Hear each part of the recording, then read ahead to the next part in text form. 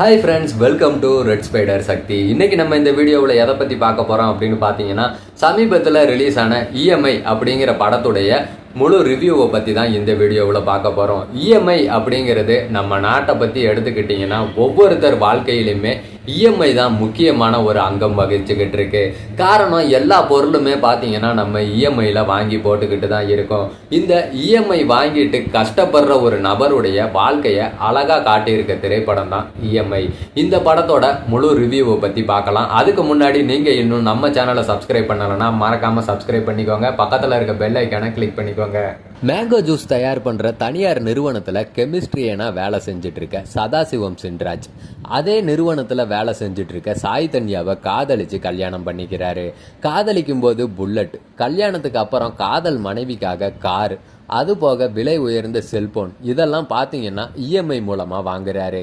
திடீர்னு அவருக்கு வேலை போயிட்டதால வாங்கின கடனுக்கு இஎம்ஐ கட்ட முடியாமல் போகுது. இதனால் கடன் கொடுத்த ஃபைனான்ஸ் நிறுவனத்துக்கிட்ட இருந்து நெருக்கடி கொடுக்குறாங்க. பணத்தை வசூல் செய்ய அடியாட்கள்லாம் வராங்க.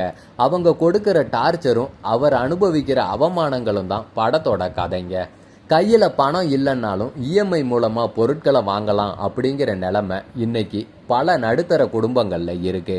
அப்படி சம்பளத்தை நம்பி இஎம்ஐயில் பொருட்களை வாங்குறது பற்றியும், தகுதிக்கு மீறி ஆசைப்பட்டு கடன் கட்ட முடியாமல் அவதிப்படுறவங்க நிலை பற்றியும், ஃபைனான்ஸ் கம்பெனியில் இருந்து கொடுக்கப்படுற டார்ச்சர் பற்றியும் இயக்குனர் சதாசிவம் சின்ராஜ் சொல்லி இருக்காரு.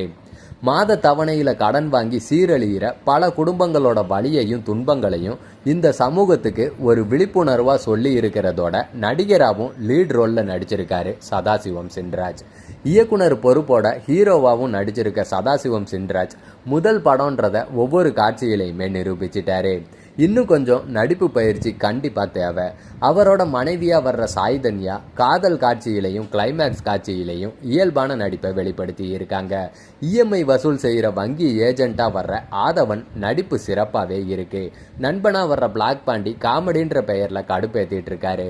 சாய் தன்யா தந்தையாக வர்ற இயக்குனர் பேரரசு சில காட்சிகளில் வந்தாலும் மனசில் பதிஞ்சு போயிட்டாரு. லொல்லு சபா மனோகர், ஓஏகே சுந்தர், செந்திகுமாரி இவங்களோட நடிப்பும் ஓகேன்னு சொல்கிற அளவுக்கு இருக்கு. ஸ்ரீநாத் பிச்சையோட இசையில் இன்னும் கொஞ்சம் கவனம் செலுத்தி இருக்கலாம். பிரான்சிஸோட ஒளிப்பதிவு ரசிக்க வச்சாலும் புதுசாக எதையுமே கேமராவில் காட்டலை. கிரெடிட் கார்டு மூலமாக தேவையில்லாத பொருட்களை வாங்கி ஆடம்பர வாழ்க்கை வாழணும் அப்படின்னு நினைக்கிற நடுத்தர குடும்பஸ்தர்களுக்கு இந்த படம் ரொம்பவே முக்கியமான படம்.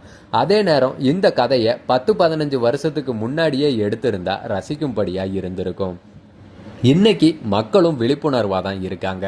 அதோட ஃபைனான்ஸ் கம்பெனிகளும் தகுதியானவங்களுக்கு மட்டும்தான், அதுவும் கடனை வசூலிக்க முடியும் அப்படின்னு நினைக்கிறவங்களுக்கு மட்டும்தான் பணத்தை கடனாக கொடுக்குறாங்க. திரைக்கதையை இன்னும் கொஞ்சம் சுவாரஸ்யமாக அமைச்சிருந்தா ரசிக்கிற மாதிரி இருந்திருக்கும். பாடல்களும் காமெடியும் படத்தில் பெரிய மைனஸுங்க.